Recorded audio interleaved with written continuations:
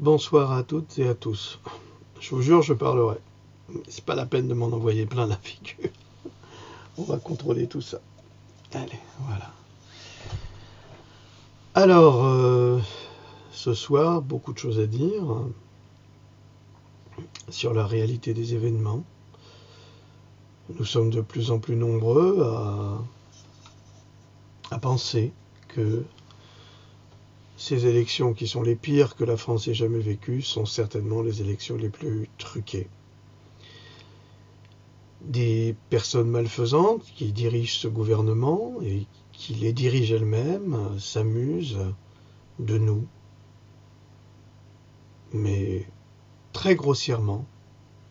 Ils font comme Goebbels, ministre de la propagande d'Adolf Hitler, qui disait que plus le mensonge est gros, plus il passe. Et je crois qu'en ce moment, le mensonge, c'est Macron. Gros mensonge. Bon. Ceux qui me suivent ont lu mon dernier article. Ce n'est pas la peine que je m'étende là-dessus. C'est dans la dernière vidéo également.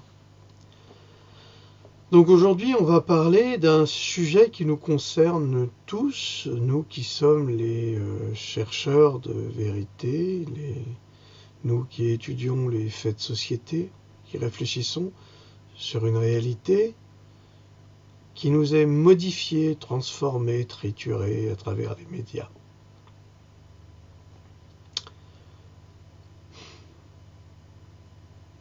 Je m'interromps parce que je repense à une chose. J'ai cru entendre que si Macron était élu, il mettrait M. Drahi au ministère de l'économie. Alors il se trouve que M. Drahi a fait une déclaration il y a 3 semaines ou un peu plus, je ne sais plus, selon laquelle il n'était pas en France pour faire gagner de l'argent à la France, parce que c'est lui qui possède des médias. Il était là pour le faire gagner à une autre puissance étrangère.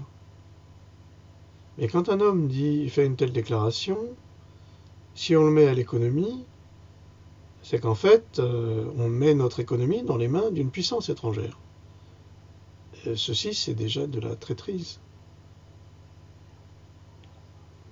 Je vous demande de réfléchir juste à ça. J'en dirai pas davantage. Donc, l'article d'aujourd'hui, c'est « Suis-je un conspirationniste ?» Suite à des réflexions de pervers narcissiques qui croient tout savoir et qui veulent nous culpabiliser systématiquement dès que nous annonçons des faits que eux contestent, puisque nous les analysons à travers d'autres filtres.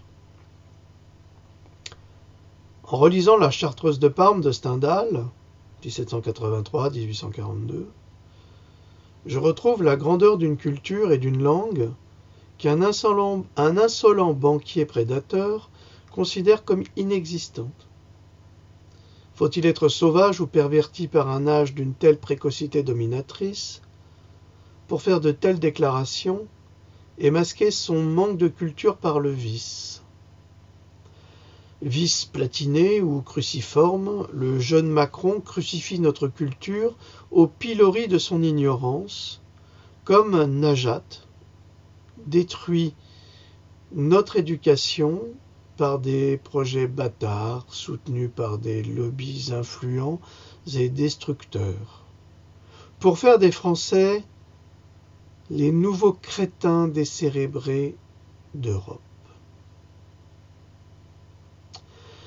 Si, impératrice, je vous assure, nous sommes très en retard intellectuellement face à des nations des pays de l'Est, pour ne citer qu'elles, la Russie entre autres, la Hongrie également. Le niveau culturel des Français se délite depuis de nombreuses années dans une volonté politique organisée afin de pouvoir contrôler les jeunes générations rendues impulsives et arrogantes et qui ne savent plus penser par elles-mêmes, faute de culture et d'éducation. La valorisation des cultures de la médiocrité extrême, comme celle du rap par exemple, dans lesquelles des exécutants, plutôt que des artistes, s'expriment de façon archaïque, dans un langage binaire, proche de celui des porcs, groin groin, ou vas-y et nique la police. Mais si les porcs pouvaient parler, ils s'exprimeraient mieux, j'en suis certain. Ma preuve, la sourcière Circé a bien transformé les compagnons d'Odyssée en cochons. C'est bien que la ressemblance était frappante à plus d'un titre. Ainsi, les politiques qui ont bénéficié de l'instruction privée pour la plupart se haussent sur les épaules du peuple pour justifier leur supposée supériorité, mais cela ne fait pas d'eux des érudits pour autant, loin de là. Et nous en avons la preuve en regardant M. Macron, mais, ouvrez les guillemets, tant va la cruche à l'eau qu'à la fin elle se casse, tant l'escamoteur renouvelle son tour qu'à la fin on découvre les ficelles. Pinocchio. Pierre Joignot, dernière lettre d'un paysan au cultivateur, en 1849, à la page 38 pour être très précis. Avant le PS en France, il y avait un esprit. Après, il ne reste que le pourri. Mais quel gâchis, quelle misère devrons-nous encore subir de la part de ces jeunes et soi-disant compétents politiques, propulsés, on le dit, par des aptitudes au lit, des affaires intimes de leurs aînés. Comme je le notais dans une chronique précédente, la politique est une lamentable affaire de cornard. Et j'y crois pour avoir travaillé dans une télévision nationale où lorsque l'un avait un rhume, l'autre le partageait, attrapé la veille sous les plumes. Les jambes entremêlées, les membres pénétrant les orifices, garant de la sécurité de l'emploi. Eh oui, la promotion canapé n'a jamais cessé. Alors là, c'est le passage interdit aux moins de 18 ans, s'il vous plaît. Je vous rassure, malgré le harcèlement sévère, je n'ai pas cédé à l'immonde tentation, et pour m'en féliciter, eh bien, ils m'ont viré sans ménagement. On ne veut pas de toi parmi nous. Nous voulons des syphilitiques blénorragiques, des hépatiques, des vieilles mythes, des pertes blanches en orage, des mycoses en bocage, de l'herpès en mariage, là, partout sur la gueule, sur la vulve et sur le bout du gland. Nous aimons la salive polluée par le vice, nous aimons la salope et les enculés. Tu n'as pas ta place parmi nous. Nous rejetons ta culture, nous sommes dans le temple sacré de l'ignorance et de la jalousie.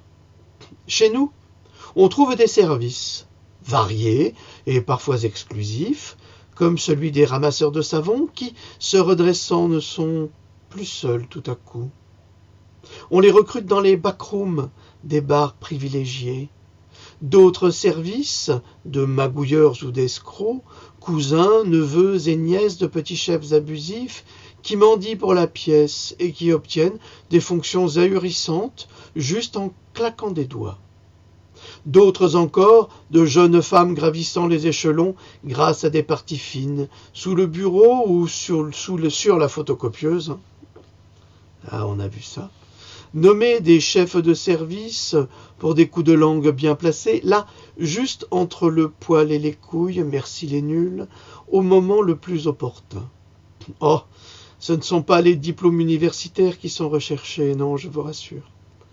Ce sont les qualités notoires d'un cul mou et d'une bite plate, l'un s'enfilant dans l'autre à loisir afin de générer les soupirs. Alors oui, ils ont eu 1000 fois raison. Je n'avais pas le profil de l'enculé de service. Je n'avais pas ma place dans cet univers de perversion, je ne l'ai jamais eu et je ne l'aurai jamais. Il n'y a aucune honnêteté, pas la moindre vérité, au cœur de ces corrompus de la société. Je préfère encore les pauvres, car ils ont une fierté que ceux-là n'auront jamais. Je confirme aujourd'hui que cette racaille petite bourgeoise appartient à un monde qui n'est pas le mien, à un monde de valeurs humaines et de respect d'autrui, un monde de vérité qu'il plonge dans la lie de la communauté.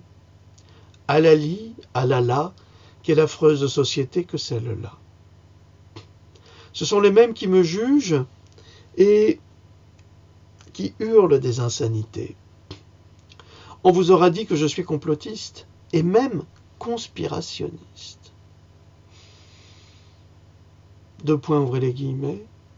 Je sais que le bruit en a couru dans cette cour méchante, fermez les guillemets, disait la duchesse Sanseverina au comte Mosca, son mari. Mais comment un homme de paix peut-il être considéré comme cet homme qui se voudrait président et qui prépare une guerre pour ruiner un pays et détruire sa jeunesse en un instant? C'est vrai. Ils m'accusent, moi, qui ne fais que révéler des informations. Ils ont en face d'eux un manant qui va ruiner le pays et ils ont le culot de voter pour lui. Alors moi, je serais un vil conspirationniste en dévoilant les plans machiavéliques des affreux, et lui, le jeune banquier marron qui a planqué tout son pognon, sera élu président de la République en préparant une guerre et la destruction économique de notre pays et de notre nation.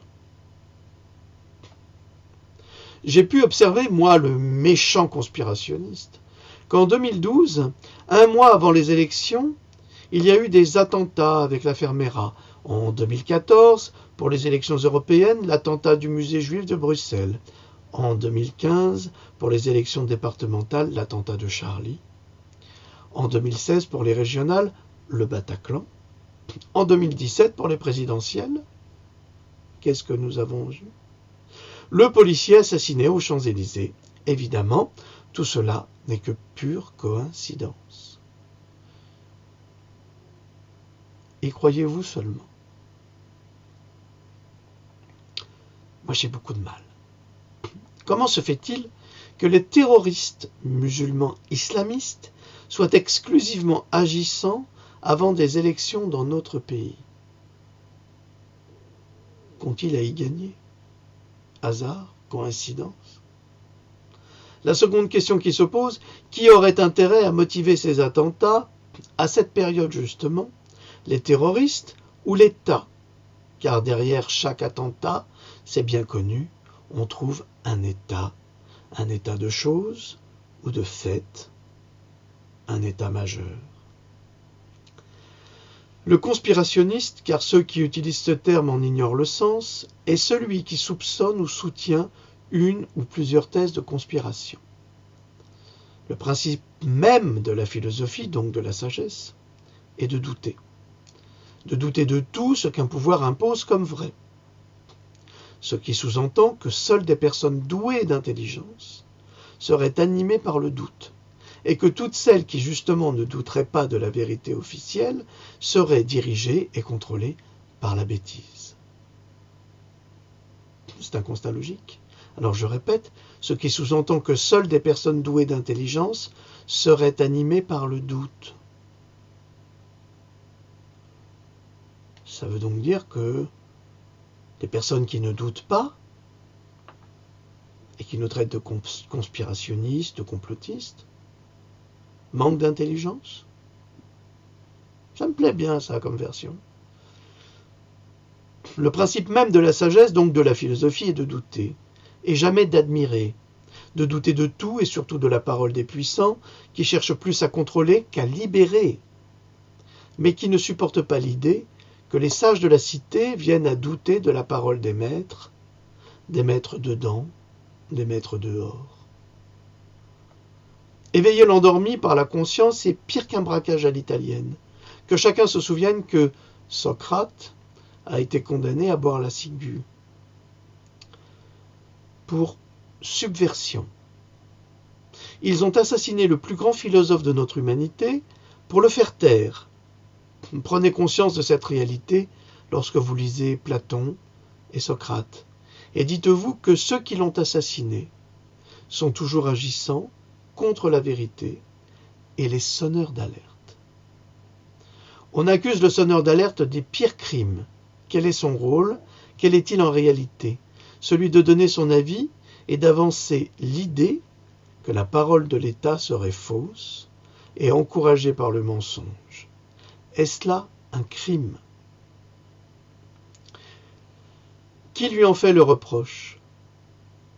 Lorsque l'un ou l'autre dénonce le pillage organisé des banques sur les comptes des épargnants, les fraudeurs fiscaux, les traîtres à la patrie, les pédophiles notoires, hit the road, Jack. Moscou et les autres, ce ne sont ni les voleurs, ni les violeurs, ni les criminels qui sont jugés. Ce sont les conspirationnistes qui ont osé en parler, qui ont osé les dénoncer. Nous assistons ici à l'inversion des valeurs, imposées comme une vérité absolue. Mais que dit notre code de la moralité?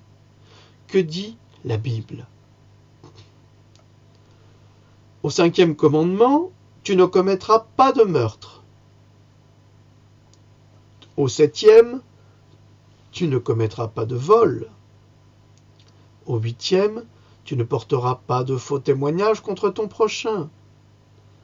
Au 9e commandement, tu ne convoiteras pas la maison de ton prochain, tu ne convoiteras ni sa femme, ni son serviteur, ni sa servante, ni son bœuf, ni son âne, ni rien qui lui appartienne. Ah, moi, Vraiment, je ne convoite absolument pas l'âne de M. Hollande. Jamais de la vie. Aucun, je dis bien, aucun de ces commandements ne sont respectés par les États, les politiques, les fraudeurs fiscaux, les pédophiles, politiques. Et pourtant, ce sont les mêmes qui nous les imposent. C'est le monde à l'envers. Alors pourquoi des sans-têtes, bon, pas des gens décapités, des gens qui n'ont pas de cerveau. Pourquoi des sans-têtes acceptent cette réalité de la malhonnêteté et chargent de tous les maux d'insultes et de mauvaises pensées, celui et ceux qui osent prétendre que la vérité est ailleurs. Ce sont les premiers à ne jamais manquer un épisode de X-Files et les premiers à nous accuser des pires insultes et à nous traiter de conspirationnistes parce que nous doutons et qu'il serait interdit de douter dans une démocratie comme de douter d'une religion. Quelle est cette logique imbécile au XXIe siècle de l'ère chrétienne? L'intelligence devrait alors être bannie de nos vies pour servir justement des maudits en réunion qui ont pris la décision de faire de nous des esclaves soumis. Pourtant, ce sont des gens intelligents, ceux qui nous accusent, en apparence seulement, ou ce sont des sujets de l'oligarchie employés à détruire l'image des chercheurs de vérité pour entraîner les imbéciles à les suivre dans leur chasse aux sorcières. Alors toi, oui, toi qui me regardes et qui me juge, toi qui me prêtes des intentions complotistes, conspirationnistes, m'autorises-tu à prétendre que tu serais un imbécile? M'autorises-tu à te dire que, quand les cons voleront, eh bien, tu seras leur chef d'escadrille? Si cela ne te convient pas, sache que tes propos ne me conviennent pas.